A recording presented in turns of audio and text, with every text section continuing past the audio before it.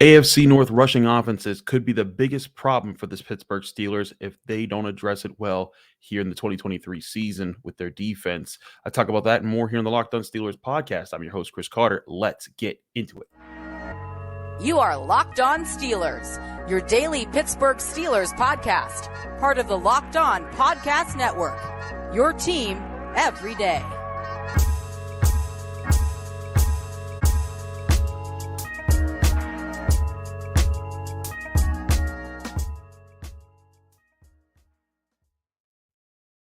Hello and welcome to the Locked On Steelers podcast. I'm your host, Chris Carter, bringing you your daily dose of all things on the Pittsburgh Steelers. As always, you can find this show on your favorite podcasting apps and on YouTube. Like this video if you enjoyed. Subscribe to this YouTube channel to get all of your daily Monday through Friday episodes, as well as your bonus content. We thank you for making the Locked On Steelers podcast your first listen every day because we're your team every day. So let's get into a few things here, right? We've talked a lot, especially this week, about why I think that expectations for the Steelers should be higher than what maybe people out, in the national media spotlights are giving them. And we've explained my reasoning on there. But I want to also point out, as I've said before, I don't think the Steelers are a Super Bowl team this year. I don't think that they're going to be, one of the top tier teams in the league. I think they will catch people by surprise. And with that, there are also things that they need to be careful of if they don't want to fall behind where some of those expectations are. And I think one of the biggest things here is the run defense. And now, if everything goes right and it's handled the way it should, the run defense dominates. And I think that would be a big part of the Steelers going a long way this year. But if they're not careful, especially with their divisional opponents, the run game could be the kryptonite to the Steelers defense and the hopes of the team. Now, this is a defense that's predicated on getting to the quarterback and creating turnovers. But how you do that is you limit the run game from opponents to force them to throw the ball in more predictable situations, which allows your pass rush to get in their ears back a little bit more, get more aggressive. And when they're getting more aggressive, it also allows the secondary to make more plays in the football when those passes are hurried or errant or just thrown off. Those are where I think the Steelers can make the biggest move. But again, it comes down to the run defense. And again, just focusing on the AFC North opponents, you might be thinking, okay, maybe I guess that could be a little bit here and there. But that was one of the things about the Steelers run defense that kind of brought it down a little bit. Now, the Steelers run defense overall finished 9th best in the NFL. They allowed 108.1 yards per game as a run defense, which was 9th best, right behind the Chiefs and the Bengals in the NFL. But when you go back and you look at some of the yards that were given up by the Steelers this past season, and you see the biggest numbers came from the AFC North opponents. 4 of the top 5 games where they gave up the most rushing yards this past season. So in all 17 of their games, there were the 5 games they gave up the most rushing yards. 4 of those games came at the hands of AFC North opponents. Now, here's the thing. They also went 2-2 in those games, so it doesn't crush them, but it does put them in a situation that makes it harder to win. And we look at those games. The game where they gave up the most rushing yards was 215 yards to the Ravens when they lost to the Ravens when Mitchell Trubisky had to take over. The second most was the Cleveland Browns when they gave up 171 yards in I believe it was the 4th game of the season. It was very early in the season when they played on a Thursday night football game. The third most was the Atlanta Falcons, 146 yards, but the 4th most was the Cleveland Browns, again with 134 yards. That came, though, on a win for the Steelers at 28-14.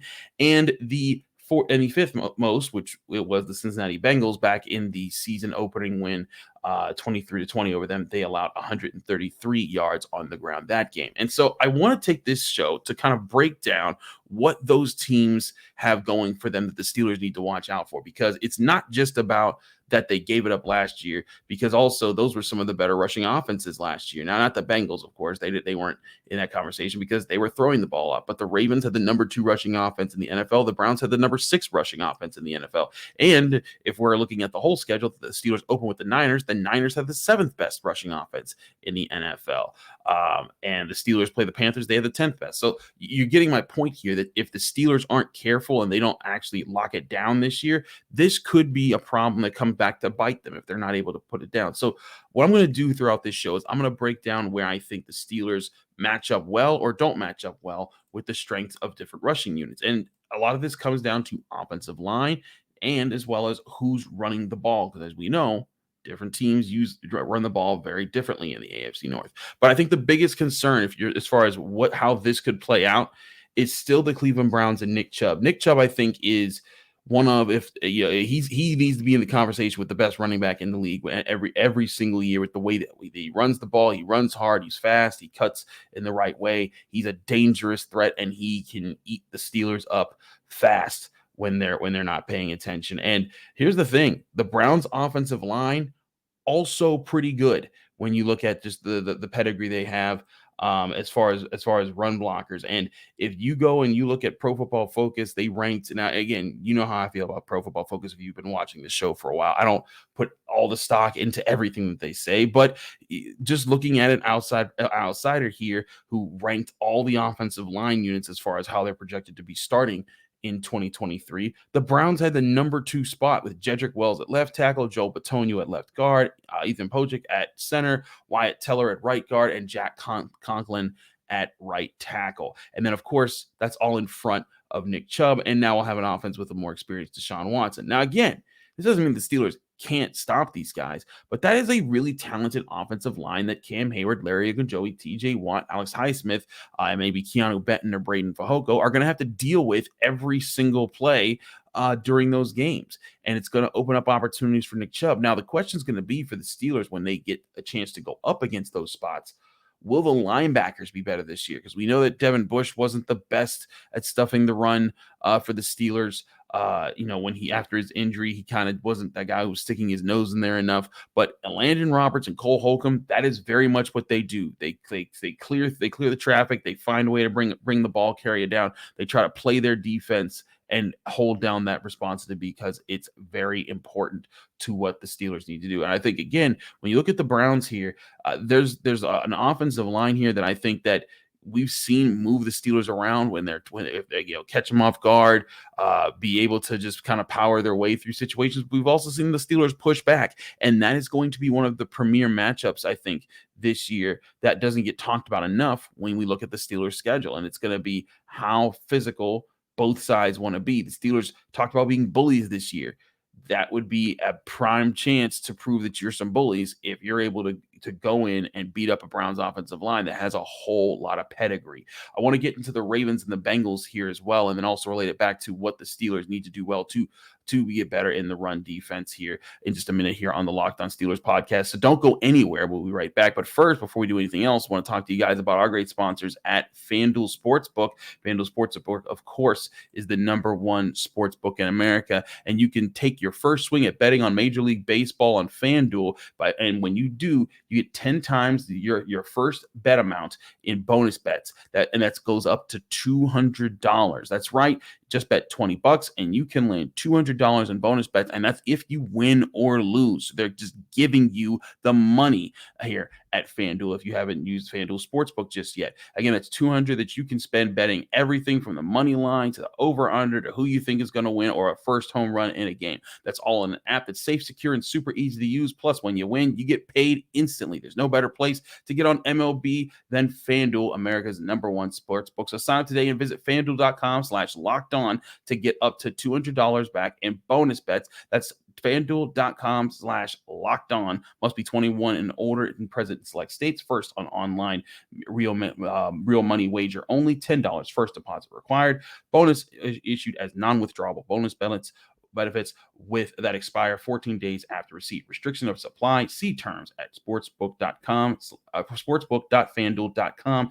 FanDuel is offering online sports wagering in Kansas under an agreement with Kansas Star Casino LLC. Gambling problem? Call 1-800-GAMBLER or visit fanduel.com/RG in Colorado, Iowa, Michigan, New Jersey, Ohio, Pennsylvania, Illinois, Tennessee, and Virginia. Call 1-800-NEXT-STEP or NEXT STEP to 53342 in Arizona, 1-888-789-7777, or visit ccpg.org/chat in Connecticut, 1-800-9-WITH-IT in Indiana, 1-800-522-4700, or visit ksgamblinghelp.com in Kansas.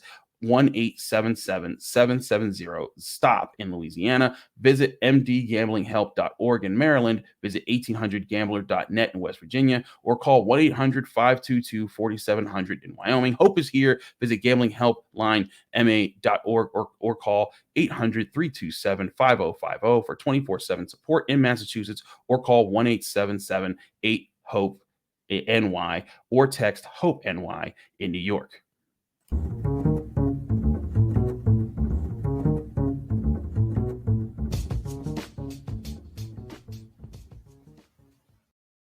We're back after the longest ad read I've ever done in my life here on the Locked On Steelers podcast, but let's continue right here as we continue our line here talking about this. So we talked about the Browns, and again, I think that they're a big problem when it comes to running the ball. But again, I also look at the Browns historically, and I look at how their roster's set up.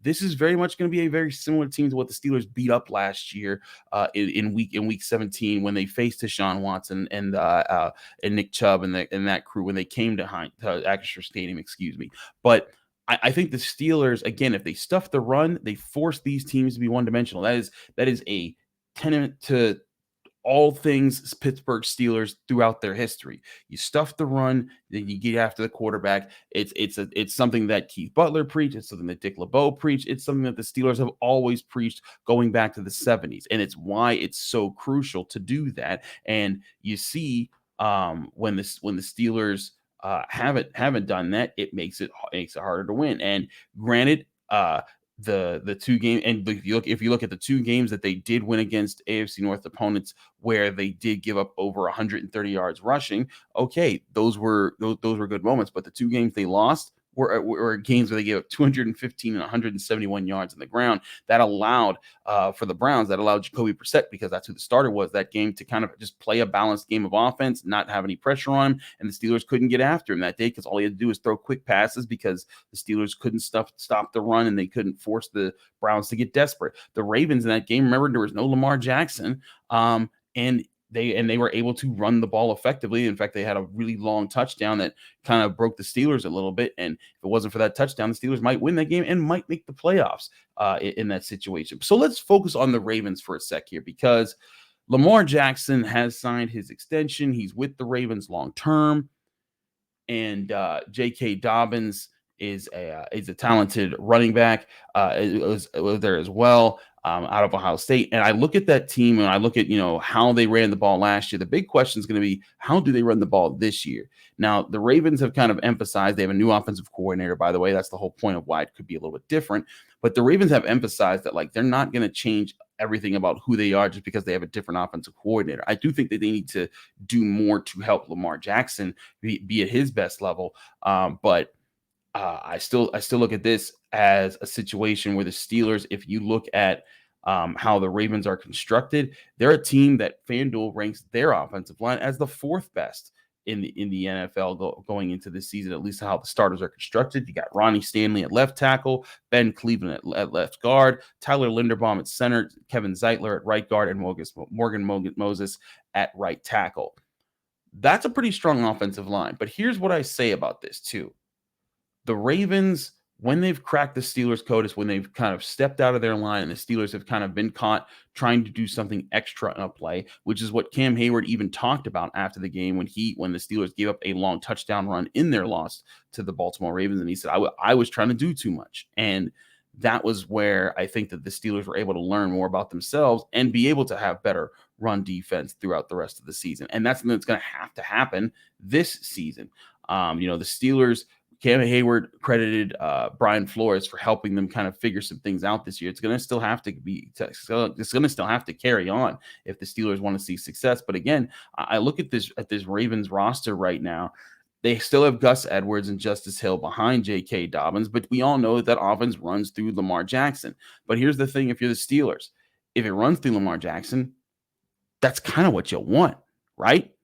Lamar Jackson's only win over the Steelers in his 5-6 years in the NFL, however long he's been in the NFL, was the game when Devin Hodges and Mason Rudolph were lining up against him. And that to me is part of the concern there that the Steelers, I think that the Ravens should have about the Steelers, is that the Steelers aren't fazed by what Lamar Jackson does. And also, the Steelers historically don't often get too phased by mobile quarterbacks. There's the occasional year where like Terrell Pryor, had a great run against them. But by and large, when quarterbacks try to get mobile on them, the Steelers find ways to pin them back, to keep them in the pocket, or to force them to run in situations that aren't favorable to them. And that's where I think the Steelers have Lamar Jackson at an advantage, in that they have really good edge rushers. They have really good interior guys. And it's going to put Lamar Jackson in some tougher situations that he's going to have to make some tougher calls and force him to kind of be a quarterback that beats you with his arm. And that's something that Ben Roethlisberger has said in his podcast. That's something that I think everybody that watches Lamar Jackson, and that I don't think his arm is bad, but I do think that his arm, that when you take away his legs, it neutralizes, it naturally takes away half of his game, because half of his game is using his legs to either make plays or create plays. And that's where I think that's where I think the Steelers stand a good chance at limiting the Ravens, because they're used to that. I think the Steelers historically, with this crew, with Alex Highsmith, with TJ Watt, they do a very good job of staying disciplined on the edges. Cam Hayward, Larry Ogunjobi, they are going to be very gap sound on the interior. And then you still have your guys like Landon Roberts and Cole Holcomb. And maybe you also have like a Keanu Neal floating around if you're in dimebacker situations, but you have people who can help in coverage and know how to kind of balance things to force the Ravens to beat you in ways that they don't necessarily want to beat you with. Granted, they did invest in the passing offense this year. Lamar Jackson's coming back. They got Odell Beckham Jr. They drafted Zay Flowers, who was one of the receivers I really liked out of Boston College. So I like some things that the Ravens have done for their passing game, but I don't think that they've done enough for the Steelers to worry too much about that. They still have to stop the run. That is going to be the priority. And I look at this offensive line.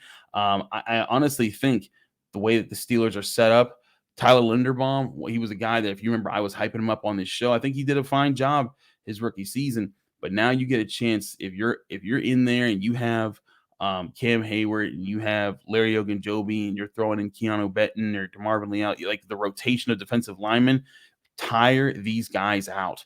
Make it so that these guys aren't, keep fresh legs in the field. Make sure that these guys are these offensive linemen, late in the game, they're making mistakes because you just keep hitting them with new guys who provide really good depth and are able to challenge the Ravens there.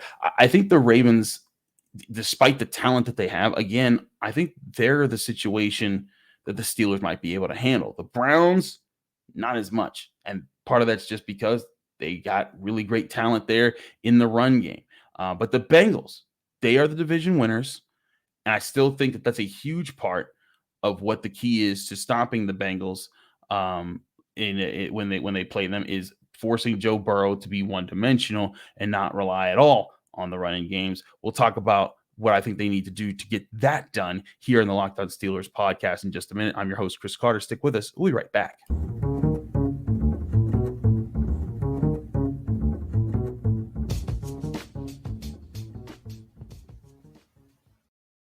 Back here in the Locked On Steelers podcast, I'm your host, Chris Carter. We've talked about the Browns. We've talked about the Ravens. Let's talk about the Bengals here, because I do think that the Bengals are still the best team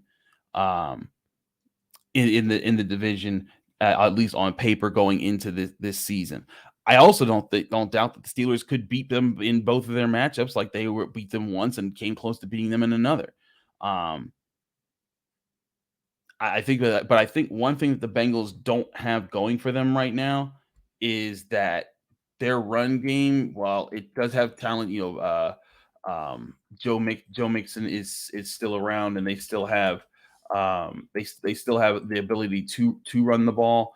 They've added some other guys there as well. But when I look at the Cincinnati Bengals, I look at their offensive line, and I think, man, that's an offensive line that can still get picked on quite a bit there. One, to get after Joe Burrow, but also to limit the run game from becoming a serious factor against the Steelers. And you look at this offensive line, the way it's constructed. Orlando Brown Jr., who comes over from the Chiefs, he plays at left tackle. Cordell Volson is at left guard. Ted Karras is at center. Alex Kappa is at right guard. And Jonah Williams, who played left tackle last year and was a top 10 pick, He's playing right tackle. He's expected to play right tackle this season. And the Bengals, man, I think that they are a team. And I said this, if you go back and watch my previews for how they need to approach the Bengals, you take away Joe Mixon, you severely limit Joe Burrow. And not just Joe Mixon, but every running back that they have. Take away the easy bets, the easy handoffs, the low risk plays that are built with a rushing offense that has talented players coming out of the backfield. And the Bengals have some. But again, I think the biggest thing with the Steelers is their defense has to come in and assert their dominance against these groups.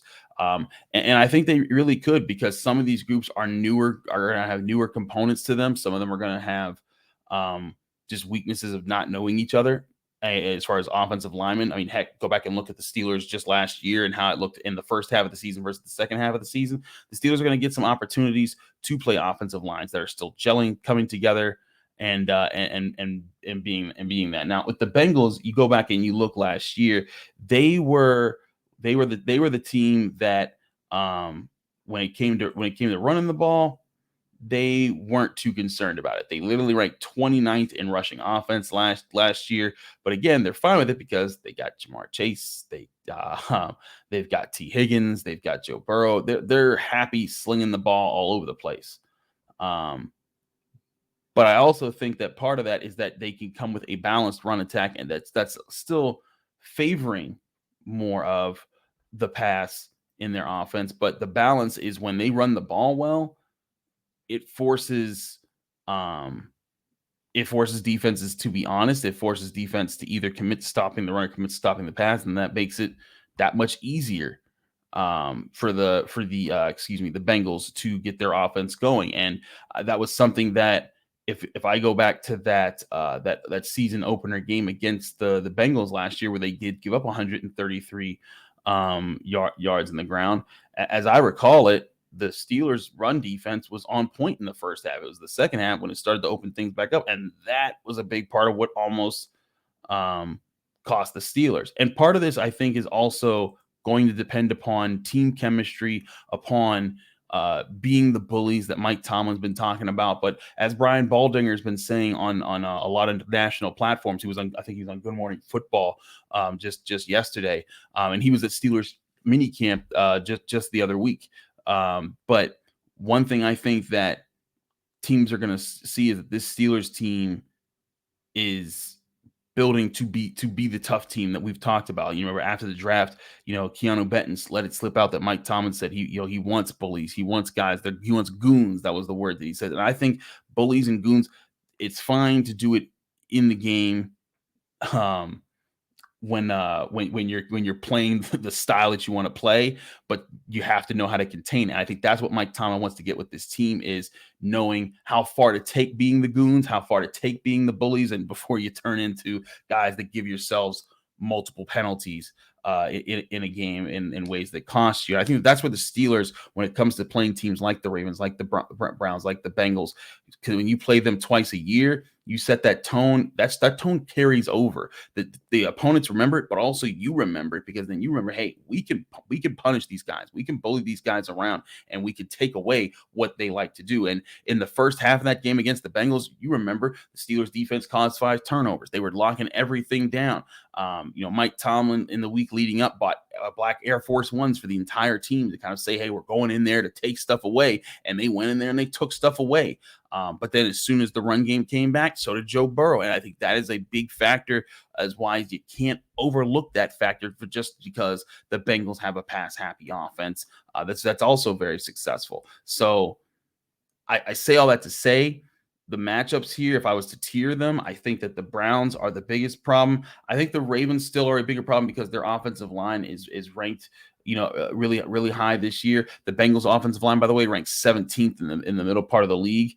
They're actually lower than what the Steelers are projected to finish. PFF gave the Steelers, they said the Steelers would rank 12th this year as far as projected starting lineups and how they fit in. But the Bengals, I put them last in because I think their offensive line is going to be the worst of the three when it comes to when it comes to blocking for the run. It also might just be a matter of they're not prioritizing it because that's not what they need to win. But I think the Bengals are a team that if the Steelers do what they did in the first half, not just the turnover part of the first half, but I'm talking about stuff in the run, taking that away, I think it puts the Steelers in a great position to bang with the Bengals in a lot more situations, and bring more to the table there, because I do think that it's going to be it's always very imperative to win your division, but I do think it's going to be a bit of a dogfight in the division this year that's going to have serious talent in it. Lamar Jackson's back, Joe Burrow's back, Deshaun Watson's had a full year now. The Steelers' run defense, if the Steelers are going to go far, if they're going to beat AFC North opponents, if they're going to have another winning record, and if they're going to do better and get into the playoffs and do better, they need to have this run defense come through and stop these specific teams. And they just stop, most teams that they play. But I think specifically they need to be able to stop the AFC North opponents. You take that away, you give yourself such a better chance, and you also build confidence for the rest of the season. So that's my point. That's my point there here on the Locked On Steelers podcast. I'm your host, Chris Carter. Thanks again for checking us out here on your favorite podcasting apps and on YouTube. Like this video if you enjoyed. Subscribe to this YouTube channel to get all of our daily Monday through Friday episodes, as well as our bonus content. We thank you for making the Locked On Steelers podcast your first listen every day, because we're your team every day. Tomorrow we're back, and we got Cale Berger of 93.7 The Fan. He'll be on talking Pittsburgh Steelers with me, Chris Carter, right here on the Locked On Steelers podcast.